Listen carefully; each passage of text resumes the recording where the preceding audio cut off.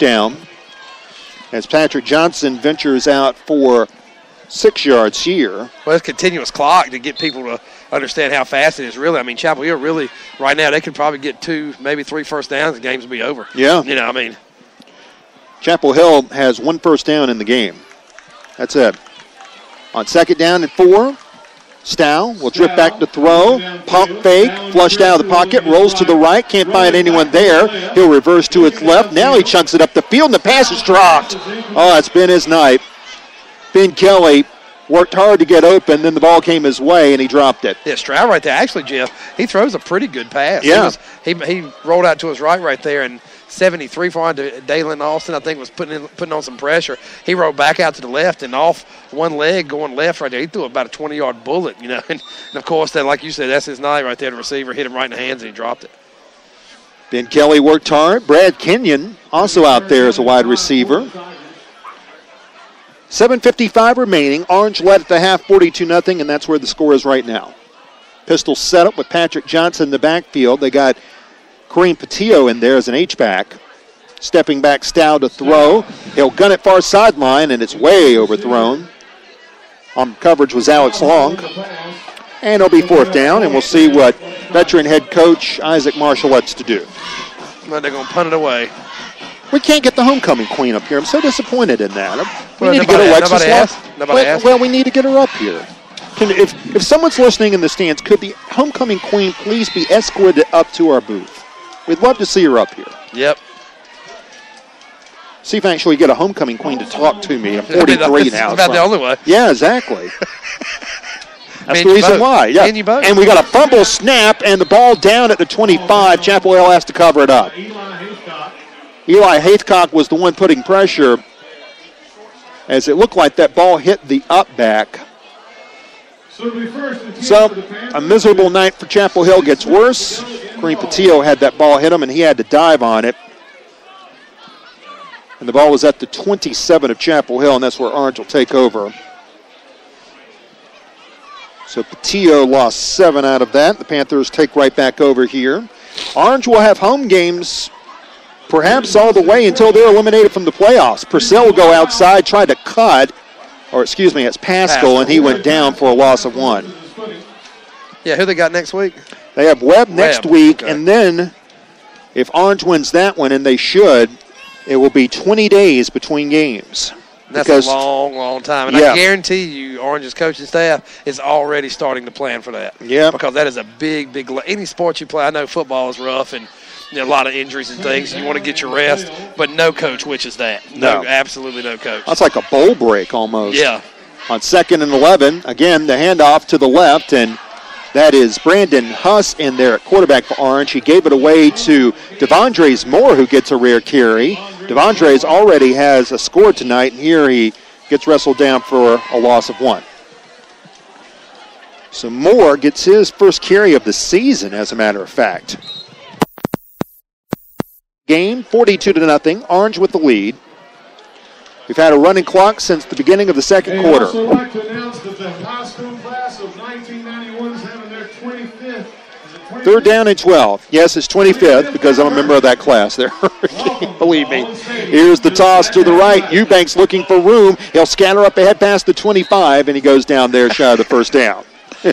Jeff was a member of the class of 91, which makes you, 73 years old? Yes, right, it does. I'm 72, actually. You don't look a day over 70. Oh, I appreciate you saying that. Yeah. To take the walker up here tonight, but I managed to get up and handle the ball game somehow. 4th down and 8 after the 4-yard pickup here by Eubanks. You aren't going to be at the beach next week, are you? No. Is that where y'all going? Yeah, that's where we're going. Jamie and I we managed to coincide our vacations together to be at Emerald Isle for the beach. Not that way anymore. Nah, y'all go a little bit later than we do now. Yeah. 4th and 8. Going for it. Here's Huss. Had a hard time with the handoff. And it goes over to Eubanks, who has stopped shy of the first down. Excuse me, that was Alex Long, who used to be a regular ball carrier last year for the Panthers. But here, he only gets 4. And I tell you one thing, Jeff, I don't think the half and half people understand it's a running clock because they still haven't figured everything out. There's 4 minutes left to go in the game. It took them that long to calculate it. They're just now getting that figured out. Jeez. No wonder the stands are so full in a 42-0 game. Yeah, they're keeping them in. Chapel Hill will come out. 1st and 10. And here's Stow. Hard count, and it worked because he drew a couple of Panthers offside. Got Jackson Fuqua in there who made the tackle a moment ago, and I believe, do we have a 55? Ricky, do we have a 55 there? Do we know who 55 is for Orange? Excuse me? Yes. Want to get his name mentioned. Cam? Don't have a 55. Well, they surprised us. You know it. Now we'll figure it out later. 1st and 5. Here's the throw to the far sideline, and it's intercepted by Eli Haithcock at the 40. Here's 35. He's to the 30 and goes down there. So Eli Haithcock comes up with the interception. I think that's number 4 for Eli on the year. The tall Eli goes about 6'2", 6'3", I think. So Eli Haithcock, he's 6'3", and he read that pass very well. And Orange is going to get through this game, it appears, without committing a turnover. That's the first time this year. Maturing team. Yes. Maturing teams do things like that. All right, here we go. We got the half and half ticket right here. The number is 67. Yes. 05. Yes. Okay. 06. Shit. 6. 05.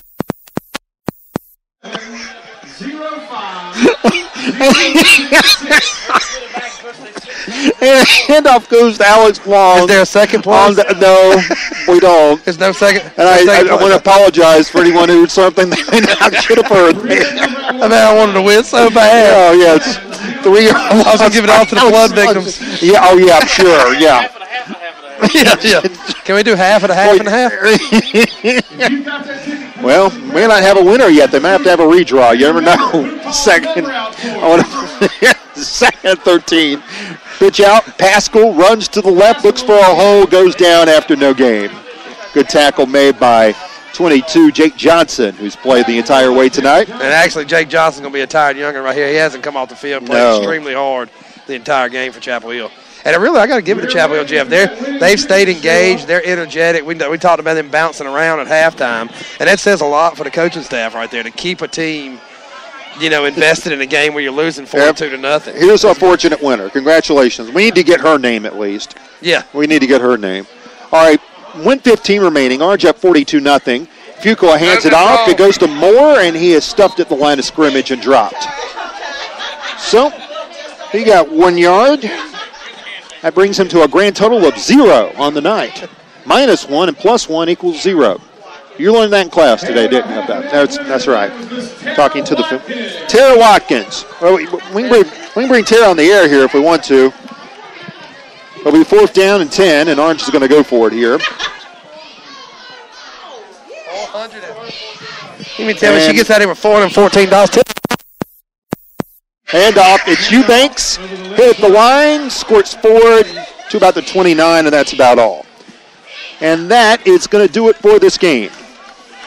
With 27 seconds left, Chapel Hill can get one more playoff here, but doesn't appear that's going to be the case as Sebastian Flores comes off the field. And Chapel now Hill. the end is near. That's right.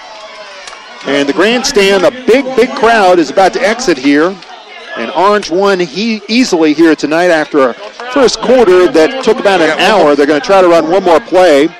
Stow will get one more play off. Throws to the far sideline. It is caught at the 35, and that'll do it. Gain of 4 to wrap up the game. Good luck to your Cubs, brother. That was to Ben Kelly to the far end of the field, and that will do it. So Orange comes away with the victory here tonight, and with that, they have clinched a share of the Big 8 championship. And not only that, actually, the game's at home here next week. It was announced as the game is going to be on the road, but actually it is going to be here, and Orange will have one more game to win here. And if they can win it, then they will go ahead and clinch the Big 8 championship outright. And We'll come back and wrap this one up. First, this time out, as you're listening to HillsboroSports.com. Stay with us for a little bit more. Not a lot more, but a little bit. Stay with us.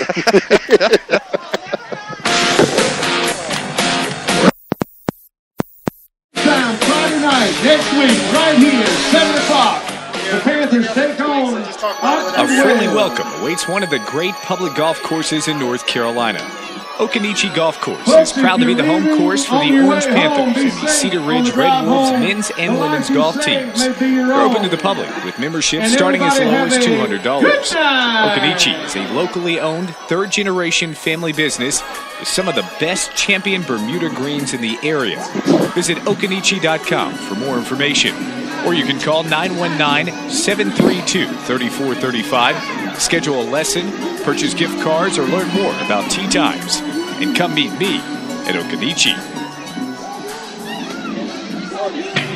Angie, your purse looks great. Where did you get it embroidered? Oh, thanks. My family got it for me at Happy Stitches in Hillsboro. It was a surprise for my birthday. It looks so professional. Does Happy Stitches do only purses? No, they monogram t-shirts, bags, stickers, coolers, beach bags, magnets, even Christmas ornaments. You name it, they do it. Perfect. With the holidays coming up, I've been looking for something for my Christmas tree. I'll visit Happy Stitches today. Call Wendy Allison at Happy Stitches today. Call 919-644-8455. That's 919-644-8455. Count on the experts at Goss Pump Specialists for all your filtration system and well pump installation needs. Goss Pump Specialists has been serving Durham and surrounding areas for over 65 years. They install all types of well pumps and filters, including reverse osmosis systems. They also sell, install, and service a complete line of quality water softening and conditioning equipment, including chemical-free filters. Mention this ad, and you'll get $50 off your next project. Call Goss Pump Specialist at 919-477-3222. That's 919-477-3222, or go online at GossWellPumpSpecialist.com. The Carolina Hilltopper Lacrosse Program is a proud sponsor of HillsboroSports.com. They've been teaching the game of lacrosse to young men in Orange County for over 6 years, with great results for many players who enjoy successful high school and collegiate careers. 49 players have played with the Hilltopper Lacrosse Program, then gone on to play at NCAA schools in the last 5 years alone. If you want to play select lacrosse with veteran coaches, check out HilltopperLAX.com and register for the upcoming fall season. Well, another dominant performance by the Orange defense. Orange now 19 consecutive quarters without giving up a touchdown. Another impressive total. Orange gave up only 3 yards of offense in this game. 3 yards. They came in yielding 82 yards per game, but they come out of it tonight with an easy victory over Chapel Hill, 42-0. No scoring in the second half. A running clock really in effect from the beginning of the second quarter. Orange put up 35 points in the first quarter of this game, Jamie, and it was pretty much domination from the word go, which is very different from what we've seen between these two teams in the past. Yeah, well, Chapel Hill, obviously, Jeff, we talked about it throughout the broadcast. Chapel Hill's obviously in some type of rebuild mode. For some reason, numbers are down for football, whatever the reason be. But I was really, to be honest with you, I was impressed with Chapel Hill, the way they kept playing and the energy they showed on the sidelines. And as far as Orange goes, and that's sometimes the mark of a really, really good team, just as much as beating another good team, is taking a team that you're supposed to dominate and doing exactly that. You mentioned Louisville and Duke last Friday. Louisville was a 34-point favorite. Duke, that game was, in doubt with 2 minutes left. So when a team can go out and do exactly what they're expected to do, that says a lot about them, just as much as beating a Southern or something like that. So, and the defensive line, Stone Edwards, it's like he only played 5 minutes, but those 5 minutes were like a whole ball game's worth of plays. And him, Ryan Sellers, once again, Peyton Wilson, of course, Noah Rogers, Alex Long, Jordan Farrington, all of Devondrez Moore, Eli Haycock, all those. That defense is just so good. Exactly. And I really want to see in the playoffs, I want to see them face a good offense, which Southern for the past a lot of seasons, has had a good offense, and they held Southern to 7 points. Yeah. So I really want to see them play at a good offense to see, because I think this is one of the better defenses I've ever seen at Orange.